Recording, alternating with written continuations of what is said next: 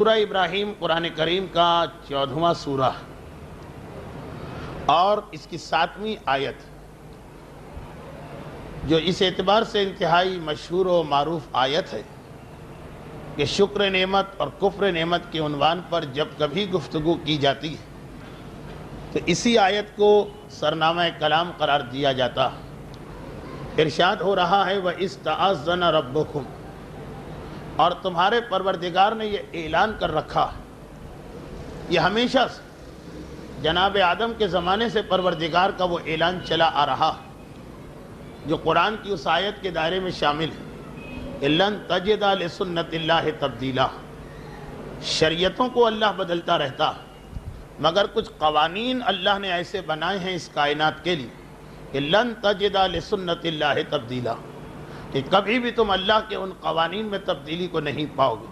اور ان میں سے ایک قانون یہ کہ وَإِسْتَأَذَّنَ رَبُّكُمْ، یاد کرو وہ وقت کہ جب تمہارے پروردگار نے یہ اعلان عام کر دیا تھا لَإِن شَكَرْتُمْ لَأَزِيدَنَّكُمْ، کہ اے میرے بندو جو نعمتیں میں نے تمہیں دیں اگر تم ان کا شکر ادا کرو گے تو میں ان نعمتوں کو بڑھاتا جاؤں گا۔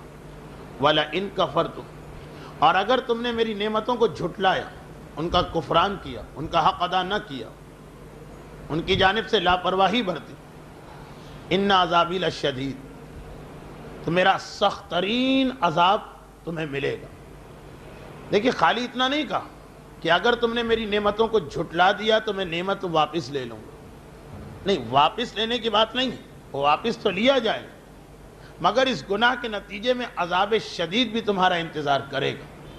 ہم اور آپ کسی چیز کو شدید کہیں اس کی کیا حیثیت ہے؟ ہم معمولی تکلیفوں میں تڑپ اٹھنے والے، ہم اتنے خود غرض کہ ہر آدمی کو اپنی بیماری اور اپنی تکلیف بڑی محسوس ہوتی ہے، لیکن اگر خالق کائنات یہ اعلان کر دے کہ میرا عام عذاب تمہیں نہیں ملے گا، کفران نعمت کرنے والے کو میرا سخت ترین عذاب ملے گا۔ اب یہ قرآن کریم کا ایک عمومی اعلان ہے۔ ہمارے معاشرے میں لوگ اس اعلان کو سمجھتے بھی ہیں اور کسی حد تک اس کے تقاضوں پہ عمل بھی کرتے ہیں، لیکن قرآن کی دیگر آیتوں کے ساتھ جو ظلم کیا جاتا وہی ظلم اس آیت کے ساتھ بھی کیا گیا کہ آیت کسی خاص نعمت کا تذکرہ نہیں کر رہی، جتنی نعمتیں پروردگار نے عطا کی ہیں سب کے بارے میں اعلان کہ اگر ان سب کا شکر ادا کیا تو اللہ نعمتوں میں اضافہ کرے گا۔ سوال یہ پیدا ہوتا کہ روٹی کا احترام اب تک ہمارے یہاں ہے، دسترخوان کا احترام اب تک ہمارے یہاں ہے، بعض مقامات پر نوٹ کے احترام کو بھی دیکھا گیا ہے جو اسلام میں صحیح، اللہ کی ایک نعمت۔ چنانچہ اب تک ایسے لوگ موجود ہیں کہ دسترخوان سے جب اٹھتے ہیں تو یا اسے چوم کر اٹھتے ہیں یا سجدہ کر کے اٹھتے ہیں۔ اب تک ایسے لوگ موجود ہیں کہ کھانے پینے کی کسی چیز کو زمین پہ گرا ہوا پائیں تو دوڑ کے جاتے ہیں اور پورے احترام کے ساتھ اسے اٹھا کے کسی قابل احترام جگہ پہ رکھ دیتے ہیں۔ وہ ان کا عمل بالکل صحیح، اور یقیناً یہ ان سے تو بہتر ہے جو ان چیزوں میں بھی احترام کو بھول چکے ہیں۔ لیکن سوال یہ پیدا ہوتا کہ آیت نے کس مقام پر یہ تخصیص ڈالی، یا آیت نے کس مقام پر یہ حکم دیا کہ اللہ یہ حکم صرف کھانے پینے کے بارے میں دے رہا، یا یہ حکم صرف عام دنیاوی نعمتوں کے بارے میں دیا جا رہا۔ آیت مطلق، آیت میں عموم، لَإِن شَكَرْتُمْ، جس نعمت کا تم شکر ادا کرو گے۔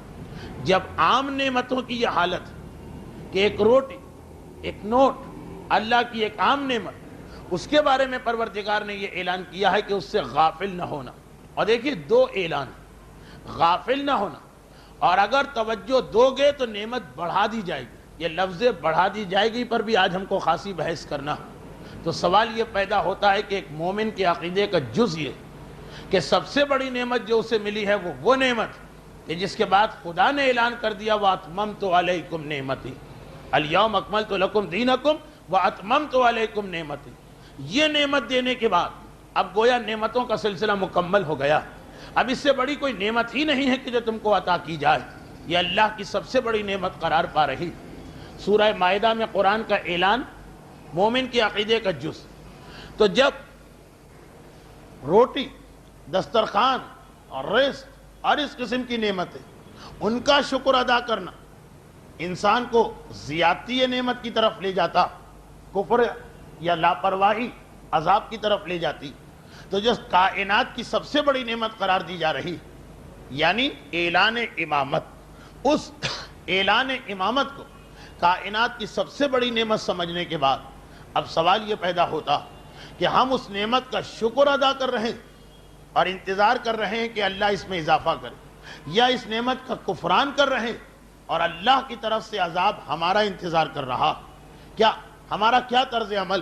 جب عام نعمت اس دائرے میں آ رہی ہے تو نعمت عظمیٰ تو یقیناً اس دائرے کے اندر آنا چاہیے، اور یہاں پہ پھر یہ یاد دلا دیا جائے کہ وہ شخص دائرہ ایمان سے خارج جو غدیر خم کے اعلان کو فقط مولا تک محدود سمجھتا، یعنی وہ یہ خیال کرتا ہے کہ صرف ایک ہی امام پیغمبر اسلام مقرر کر کے گئے، نہیں، جیسا کہ ہمارے تمام علماء اس بات کو لکھتے آئے کہ اگر کوئی آخری امام کو زمانے کے امام کو سمجھنا چاہے تو ہم اسے سمجھا بھی نہیں سکتے جب تک کہ سلسلہ امامت سے ہم کو بات نہ کرنا پڑے، اس لیے کہ 12ویں امام کوئی آ کر کہے کہ ہمیں صرف اپنے 12ویں امام کے بارے میں سمجھائیے، ان کا عقیدہ کیوں آپ ان کے وجود کو مانتے ہیں، تو کیسے سمجھایا جائے جب تک کہ اس کی سمجھ میں عقیدہ امامت نہ آئے؟ یہ بنیاد یہاں پہ کہ پہلے 11 اماموں کو سمجھنا پڑے گا تو 12واں امام سمجھ میں آئے گا، کیونکہ سوال یہ ہوگا کہ کیا رسول کے بعد امامت کی ضرورت ہے یا نہیں؟ اگر سامنے والے نے مان لیا کہ ہے امامت کی ضرورت تو پھر خود بخود جواب آ گئے کہ امامت کی ضرورت ہے تو بتائیے اس دور کا امام کون ہے۔ لیکن اگر امامت کی بات وہ سمجھنے کو تیار نہیں، اردو میں ہم بعض اوقات ایسے ہی مسئلے پر بحث ہوتی ہے تو کہتے ہیں کہ جڑ کو چھوڑ کے آپ پتوں پہ ہاتھ ڈال رہے ہیں، اس سے فائدہ نہیں بلکہ بنیاد سے یہ مسئلہ سمجھانا پڑتا۔ بہت ہی مشہور واقعہ کہ جس وقت ایران کے ایک عالم پاکستان تو خیر نہیں، غیر منقسم ہندوستان میں آئے تھے، تو لاہور کے اندر وہ جو مشہور ترین اردو شاعر علامہ اقبال، ان سے جب بات ہوئی تھی تو انہوں نے یہ کہا تھا کہ یہ 12واں امام میری سمجھ میں نہیں آ رہا، تو اس وقت ان ایرانی عالم کا جملہ بہت مشہور ہو گیا تھا، انہوں نے مسکرا کے کہا تھا کہ چھوڑ دے 12ویں امام، آپ 11 کو سمجھ جائیے اور ان کو قبول کر لیجئے، یہی کافی، اس لیے کہ جو 11 کو مان لے گا وہ آٹومیٹک 12 کو مانے گا۔ 11 کو کس بیس پہ مانے گا، 11 کو کس بنا پہ مانے گا؟ ان کی امامت کو، ان کی شخصیت کو نہیں، اسی بنیاد پہ مانے گا کہ رسول کے بعد ایک وارث و جانشین ہونا چاہیے۔ جہاں 11 مانے تو 12واں سمجھ میں آ جاتا۔ تو غدیر خم کا اعلان وہ در حقیقت یہ اصولی اعلان تھا کہ رسول کے بعد ایک جانشین ہونا چاہیے، اور اسی وجہ سے علامہ مجلسی نے اپنی اس کتاب میں جو وہ مکمل نہیں کر سکے، حیات القلوب، 3 جلدوں میں یہ کتاب لکھنا تھی۔ پہلی جلد میں انبیاء کے حالات، اس کا اردو ترجمہ بھی ہو چکا ہے، ضرور پڑھیے۔ دوسری جلد میں پیغمبر اسلام کے حالات، اس کا بھی اردو ترجمہ ہو چکا ہے، ضرور پڑھیے۔ تیسری جلد میں 13 معصوموں کے حالات، مگر اس جلد کا صرف ابتدائی حصہ یا مقدمہ لکھ پائے تھے کہ امامت کی اہمیت کیا، پھر حالات لکھنا تھے کہ انتقال ہو گئے۔ چنانچہ جتنا انہوں نے لکھا اس کا بھی اردو ترجمہ ہو چکا۔ وہ سب سے مختصر حصہ، کیونکہ کتاب تو لکھی نہیں گئی تھی، وجود امام کی اہمیت، وہ بہت ہی دلچسپ لیکن علمی کتاب ہے۔ اس میں ایک چیپٹر علامہ مجلسی نے قائم کیا، معصومین کی حدیثیں، جس نے 11 کو مانا اور 12ویں کو نہیں مانا وہ بھی ایمان سے خارج مرا اور جاہلیت کی موت پہ مرا، جو پیغمبر کا فرمان۔ تو 12واں امام اپنی جگہ خود ایک حیثیت رکھتا، 11 کو مان بھی لیں اور 12ویں کو نہ مانے تو گویا جاہلیت کی موت ہوگی۔ لیکن میرا موضوع یہ کہ ان احادیث کی بنا پہ اس سوال یہ پیدا ہوا کہ جو شروع میں نے ایک سوال قائم کیا تھا اور مجھے معلوم تھا کہ اس کا جواب آپ کیا دیں گے، اس جواب سے بچنے کے لیے پھر میں نے یہ ساری بحث کی۔ اب آئیے دوبارہ وہاں پر پہنچ جائیں کہ سوال یہ پیدا ہوتا ہے، جب روٹی اور دسترخوان جیسی نعمتوں کا شکر ادا کرنا ہمارا فریضہ بھی ہے اور اللہ کی بشارت بھی ہے کہ اس سے نعمت بڑھ جاتی، اور ان نعمتوں کا شکر ادا نہ کرنا یہ گناہ بھی ہے اور اللہ کی طرف سے عذاب کا اعلان بھی ہے۔ تو جو سب سے بڑی نعمت ہے وجود امامت، اس کا بھی شکر ہم کو ادا کرنا، اور اس کی طرف سے لاپرواہی بھی دعوت عذاب۔ لیکن نعمت امامت کا شکر آپ کہیں گے کہ ہم ادا کرتے ہیں۔ 18 ذی الحجہ غدیر کا دن ہمارے امام بارگاہوں کا چراغاں دیکھی، 2 مہینے 8 دن ایام عزا میں ہماری مصروفیات دیکھی، وہ کس کے لیے؟ امامت کے لیے۔ ہر ولادت و شہادت کے موقع پر ہماری مسجدوں، محفلوں اور امام باڑوں میں جشن ولادت اور مجلس مصائب منعقد ہوا کرتی. انہی چیزوں کا نام، پہلی بات تو یہ کہ کیا انہی کا نام شکر نعمت ہے، اور دوسری بات یہ ہے اس سلسلے میں کہ پھر گھوم پھر کے بات وہاں پہ آتی ہے کہ ہر امام کا ایک حق. جو ہمارا اس زمانے کا امام، اگر ہم نے غدیر کے جشن کو منا لیا تو بہرحال امام زمانہ کے حوالے سے ہم نے اس نعمت کا شکر کیا ادا کیا. ہمارا کون سا ایسا فعل ہے جسے ہم پروردگار کے سامنے پیش کریں اور کہیں کہ پروردگارہ دیکھ، اس طرح سے ہم اپنے امام زمانہ کے وجود کا شکر ادا کر رہے ہیں. کون سا ہمارا عمل ایسا ہے جسے شکر کے اندر شامل سمجھا جائے؟ شکر خالی شکرن للہ کہہ دینے کا نام تو نہیں. ہمارا کون سا ایسا فعل، شکرن للہ آپ نے کہا اور روٹی کو اٹھا کے مثلا ٹوائلٹ میں ڈال دیا، تو کیا اللہ فقط شکرن للہ سن کر کہے گا کہ آپ نے حق رزق ادا کر دیا یا نہیں؟ زبان کا شکر اور عمل دونوں مل کے بتاتے ہیں. ہم نے ایک مرتبہ کہا، جیسا ہمارا غیروں پہ اعتراض کہ غیر کہتے ہیں کہ خالی آپ ہی ٹھیکیدار نہیں علی اور حسین کے، ہم بھی تو ان کو مانتے ہیں اور ان کا حق ادا کر رہے ہیں.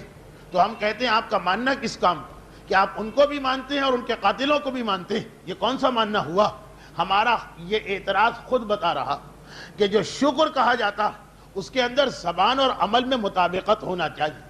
چنانچہ اگر ہم قرآن کی تعریف کر کے اس کو ٹھوکر مار رہے ہیں، کیا کوئی بھی عقل رکھنے والا کہے گا کہ چونکہ آپ نے تعریف قرآن کر دی ہے تو گویا شکر ادا کر دیا؟ لیکن اگر ایک طرف سے تعریف کی تو دوسری طرف سے یہ بھی تو دیکھیے کہ آپ نے اپنے عمل کے ذریعے سے قرآن کو کیا نقصان پہنچا دیا. جو ابھی میں نے اس سے پہلے خمس کے عنوان پہ گفتگو کی تھی کہ یہ بھی کوئی خمس ہوا کہ آپ نے 1000 روپے خمس کے دیے اور مرجے سے کسی نام سے 1500 روپے واپس لے لیے. یہ کون سی ادائیگی خمس ہو رہی؟ وہاں چاہے اس کو نظر انداز کیا جائے، لیکن کل رات کا مسئلہ جو آغا خوئی کا جملہ تھا کہ اللہ تو ان چیزوں کو دیکھ رہا، چاہے دنیا میں کوئی پکڑ کرے یا نہ کرے.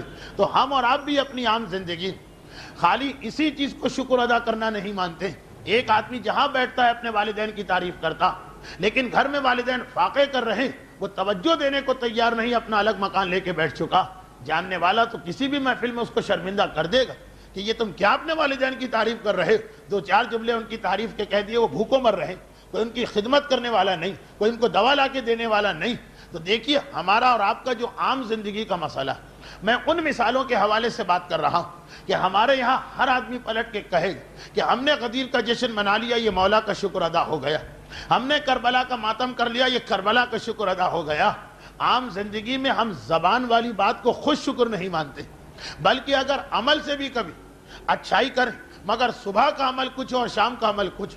صبح ہم نے قرآن کو عطر لگا کے جستان میں لپیٹا اور شام کو ٹھوکر مار کے پھینک دیا، تو وہ صبح کا عمل اس بات کی دلیل نہیں بنے گا کہ اب اگر ہم قرآن کی توہین بھی کریں تو اللہ اس کو شکر سمجھے گا.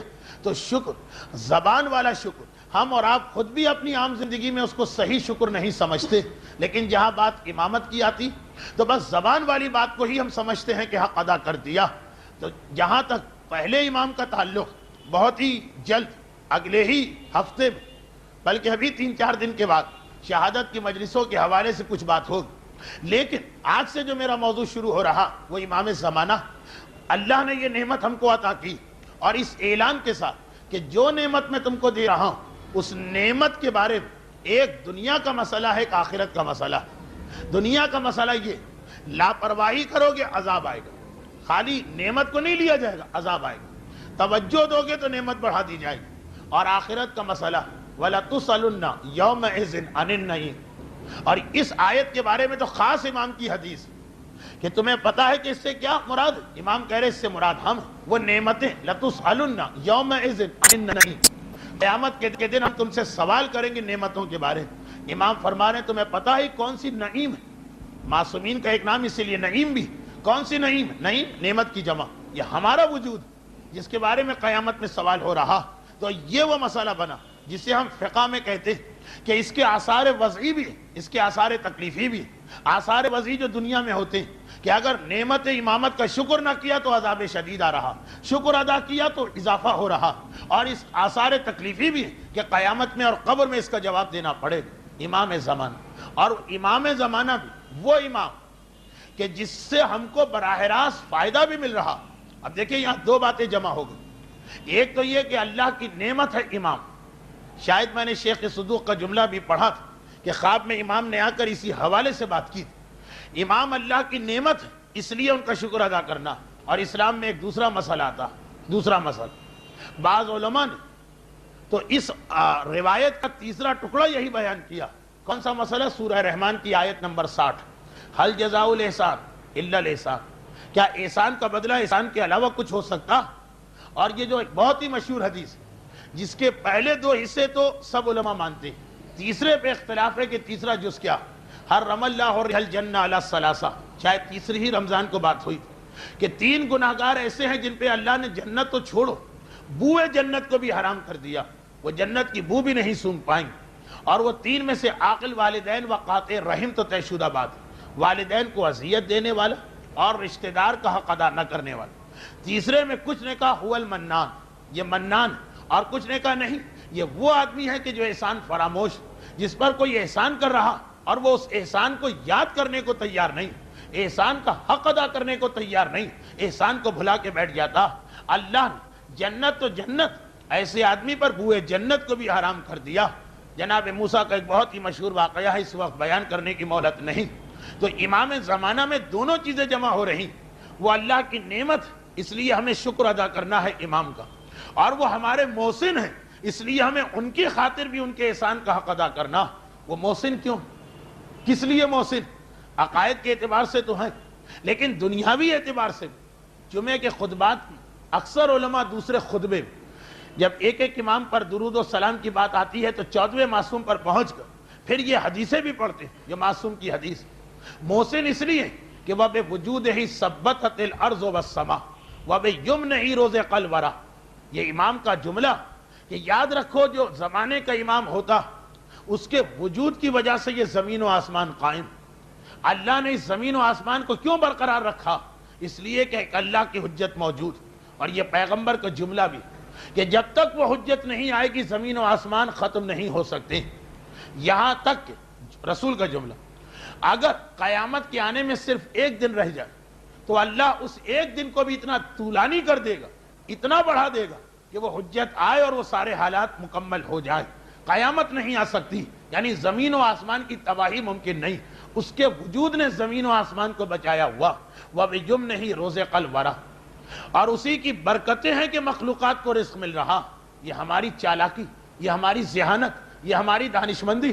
اور یہ کہیے کہ اس میں خالی ہماری کوشش کا دخل نہیں کہ ہم اپنے اور اپنے گھر والوں کے لیے عزت کا رزق مہیا کر رہے ہیں، نہیں. کوئی عظیم ہمارا محسن ہے اس پردے کے اندر جس کے دسترخوان پر بیٹھ کر ہم نعمتوں سے استفادہ کر رہے ہیں. وَبِيُمْنِهِ رُزِقَ الْوَرَىٰ. جس کی وجہ سے مخلوقات کو رزق مل رہا. ہمارے بچے جو بھوکوں مرنے سے محفوظ اور بچے ہوئے، اس میں ہمارا دخل نہیں. یہ ہے کوئی ہمارا محسن جس کی وجہ سے ہمارے گھر آباد ہیں اور ہمارے گھر شاد ہیں. وہ ہمارا محسن جس کے وجود نے زمین و آسمان کو محفوظ رکھا.